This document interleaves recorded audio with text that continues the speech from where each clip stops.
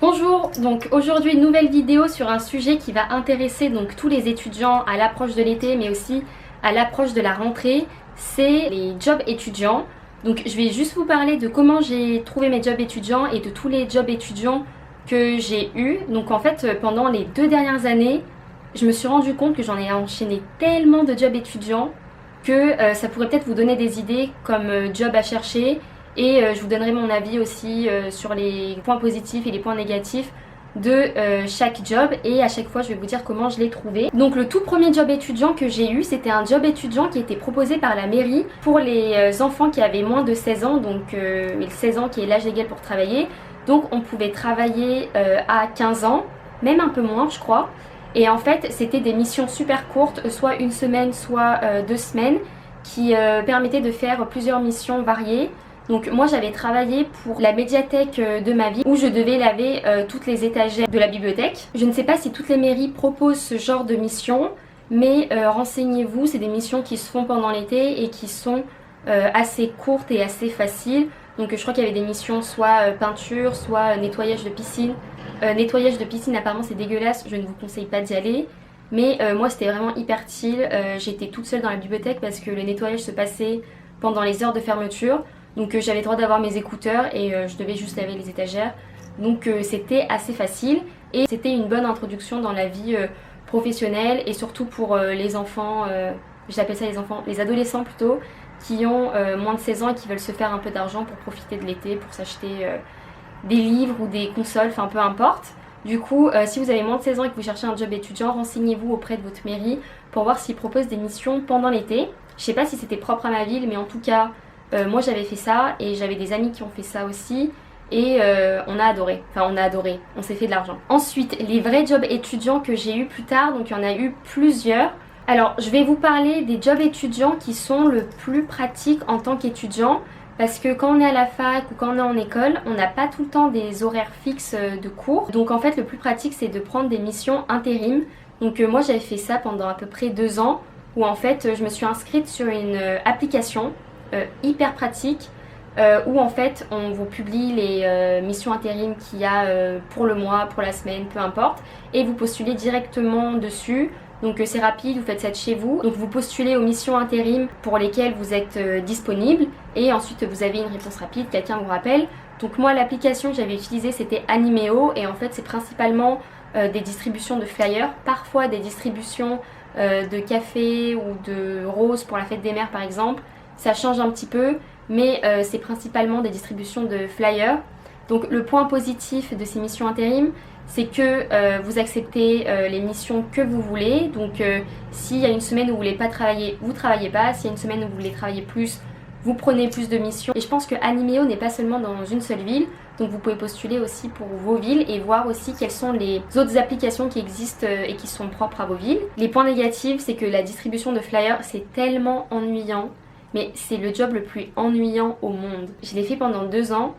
Les 2 premières fois ça allait parce que c'est nous. Vous dites bonjour, vous souriez, vous avez envie de donner le plus de flyers possible. Et en fait au bout de la 3e mission c'est très très déprimant parce que dire bonjour, tendre un flyer c'est hyper chiant. Après il y en a beaucoup qui étaient démotivés parce qu'ils voyaient que des gens prenaient pas leurs flyers. Personnellement moi je m'en fichais, j'allais là-bas, je faisais mon travail correctement, je donnais les flyers, ils prenaient pas, peu importe, j'étais payée.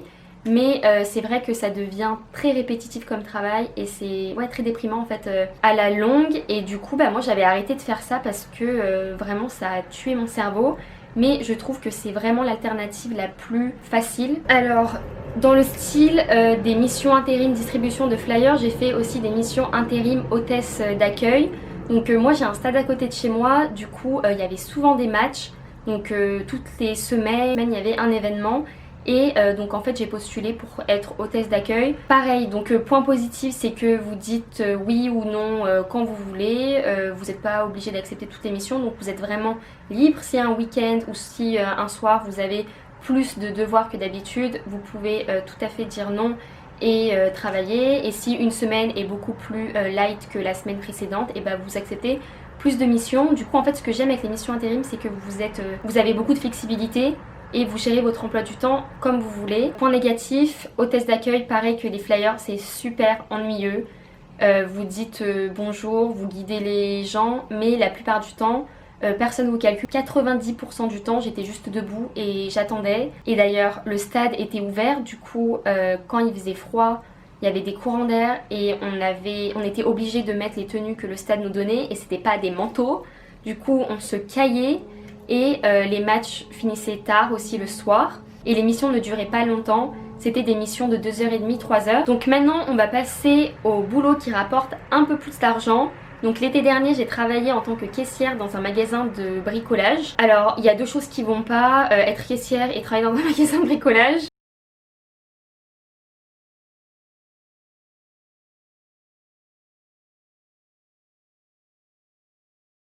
Ce qui était positif dans cette expérience, c'était que j'ai travaillé 2 mois. Donc pendant 2 mois, c'était 35 heures par semaine. Donc je me suis fait max d'argent. Le problème, c'est que du coup, j'ai pas profité de mon été. J'ai littéralement pas eu de vacances de tout l'été dernier parce que j'ai travaillé vraiment tous les jours avec un seul jour de repos, je crois. Vu que c'est un travail régulier pendant 2 mois, vous faites max d'argent. Ce qui est cool, c'est un travail qui est pas, où vous n'êtes pas isolé parce que vous avez le contact avec le client, ce qui peut être positif et négatif. Et point négatif, c'est que caissière, c'est un travail hyper compliqué, mentalement et physiquement, parce que du coup c'est hyper répétitif. Ça dépend des magasins dans lesquels vous travaillez, mais si vous avez à faire les mêmes gestes à chaque fois et rester assis sur votre chaise, je vous jure qu'à la fin des 2 mois j'avais mal au dos parce qu'on avait des chaises mais pas du tout confortables alors qu'on était censé être assis sur ces chaises H24. Du coup mon dos était en compote, donc je comprends pas pourquoi on n'investit pas dans des chaises qui sont beaucoup plus confortables, mais enfin bref. Physiquement c'est dur, mentalement c'est dur, on n'est pas payé des masses. Mais bon, en tant qu'étudiant, je trouve que ça va. Point négatif pour moi, choisissez peut-être un secteur qui vous passionne. Je pense que le bricolage, c'est le secteur qui est le plus loin de moi. Du coup, c'était un peu compliqué au début parce que quand les gens passent à la caisse, ils vous demandent des conseils et j'étais incapable de répondre. Et même à la fin des 2 mois, je vous jure, j'étais incapable de répondre parce que vous pouvez savoir à quoi sert ça ou ça, mais vous pouvez pas savoir si un objet est plus facile à utiliser ou plus utile ou de meilleure qualité que l'autre si vous n'avez jamais utilisé les deux objets. Donc en fait, je faisais mon boulot, mais je me sentais aussi inutile parce que je pouvais donner en fait aucun conseil à personne. Et ce que j'ai oublié de dire sur le magasin de bricolage, dernier point négatif, c'est que le bricolage, c'est un petit peu sale. Vous manipulez du plâtre, de la peinture, de la colle, plein de trucs. Enfin, du coup, c'est vraiment des endroits où vous avez de la poussière et tout. Et pendant quelques semaines, j'ai travaillé au bâti. Donc le bâti, c'est la caisse extérieure, donc pour tout le matériel qui est pour construction de, je sais pas, de murs, de matériel de jardin. Je sais plus exactement ce qu'il y avait parce que je comprenais même pas à quoi servaient 90% des choses que je vendais. Mais du coup, la caisse qui était à l'extérieur, c'était la plus sale. Et moi, je supportais pas parce que je suis allergique à la poussière. Et il suffit qu'il y ait un peu de plâtre ou de trucs qui volent, mais ça me démangeait de partout.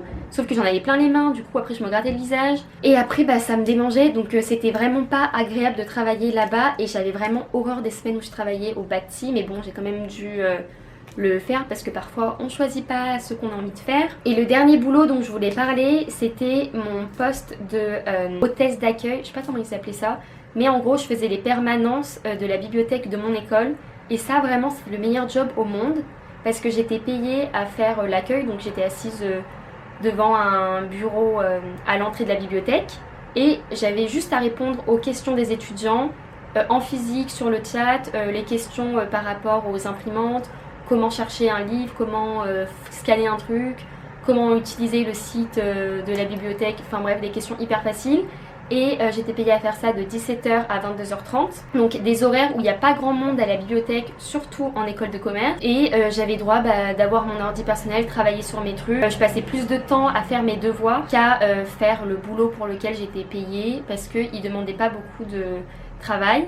Donc les points positifs, c'était que j'avais énormément de temps pour me concentrer sur mes études. Donc en fait les 5 heures que j'avais par semaine, c'est les 5 heures que je passais à faire mes devoirs. Donc c'était hyper pratique parce que je faisais mes devoirs et en même temps j'étais payée à faire mes devoirs.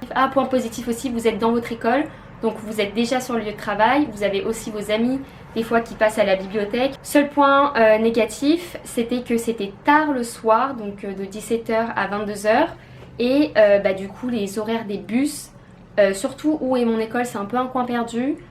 C'était un peu chiant pour rentrer le soir. Un autre job étudiant dont j'ai oublié de parler parce qu'en fait je l'ai effacé de ma mémoire tellement c'était une mauvaise expérience.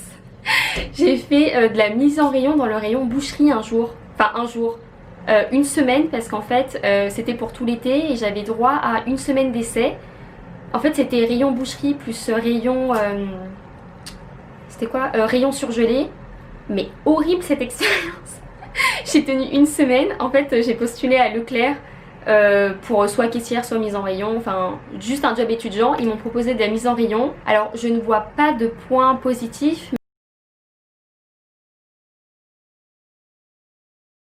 mais je vais vous dire les points négatifs. C'était que c'était hyper tôt le matin. Je vous jure, je me levais à 4h et j'allais là-bas pour 5h. Mais qui fait ça? En fait, je me suis rendu compte que mon envie d'argent n'était pas assez grande pour pouvoir me lever à 4h tous les matins. Je me suis dit, c'est pas possible. Après, je finissais assez tôt, je finissais à midi, mais le problème c'est que, ok, je finis à midi, mais je rentrais dormir à midi, donc c'est pas comme si je profitais de ma journée, parce que je me réveillais ensuite en fin d'après-midi et j'étais complètement décalée. Du coup, oui, ce travail de mise en rayon, je travaillais avec de la viande, mais bref, pas du tout un travail qui me plaisait et qui était aussi physique, parce que j'étais là en train de pousser des chariots, et je sais pas si vous me voyez, mais j'ai 0% de muscles dans mon corps. Donc moi pousser un chariot c'était pas possible. Et donc ça s'est bien passé pendant une semaine. Mais sauf qu'après ils m'ont dit ok, est-ce que vous voulez signer pour 2 mois? Et j'ai réfléchi 30 secondes et je leur ai dit non. Et depuis j'ai repostulé là-bas, pas pour faire de la mise en rayon mais pour être caissière. Parce que mise en rayon en fait je pense que je peux pas le faire. C'est plus possible pour moi.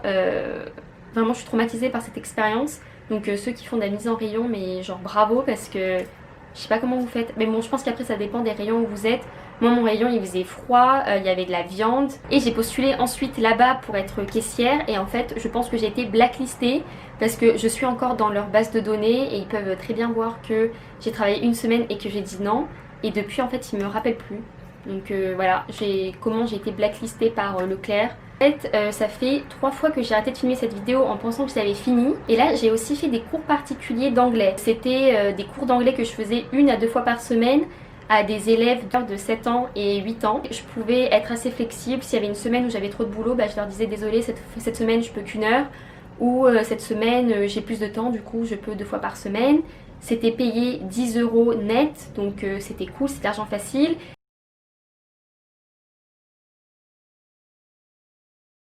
Donc, si vous avez des compétences que vous pouvez monétiser, par exemple, je sais pas si vous savez jouer de la guitare, si vous êtes fort en allemand, si vous êtes fort en anglais, si vous êtes fort dans une langue, je trouve que les cours particuliers c'est vraiment ce qu'il y a de plus facile pour gagner de l'argent. C'est de l'argent que vous gagnez tout de suite, généralement en espèces, donc c'est vraiment hyper cool pour les étudiants qui ont besoin d'argent tout de suite.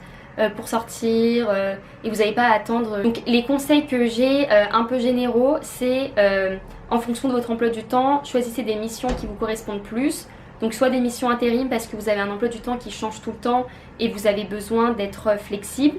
Donc les missions intérim, ça vous permet d'organiser vos missions et votre semaine de travail un peu comme vous voulez. Demandez autour de vous s'il y a des gens qui travaillent dans des commerces, s'ils peuvent pas vous avoir un job étudiant. Donc vraiment renseignez-vous, ce sera beaucoup plus facile pour vous d'aller déposer votre CV, parce que si vous avez quelqu'un qui travaille là-bas et qui vous dit tout de suite qu'il y a une place qui est libérée, et vous serez le premier à postuler et vous aurez plus de chances d'obtenir le poste. Renseignez-vous auprès de votre école. Donc en école, en fait, moi je suis en école de commerce, du coup on a une asso qui est un peu agence d'intérim et qui propose des missions. Je sais pas si à la fac c'est pareil, mais je sais qu'à la fac aussi ils font des permanences pour les bibliothèques universitaires. Voici un peu pour tous mes jobs étudiants que j'ai eu l'été et au cours de l'année. Donc j'espère que cette vidéo vous aura donné des idées de jobs étudiants. Si vous aussi vous avez d'autres conseils pour avoir un job étudiant ou d'autres jobs étudiants que vous avez fait et que vous conseillez, n'hésitez pas à les partager en commentaire, et j'espère que cette vidéo vous aura aidé. Et je vous retrouve bientôt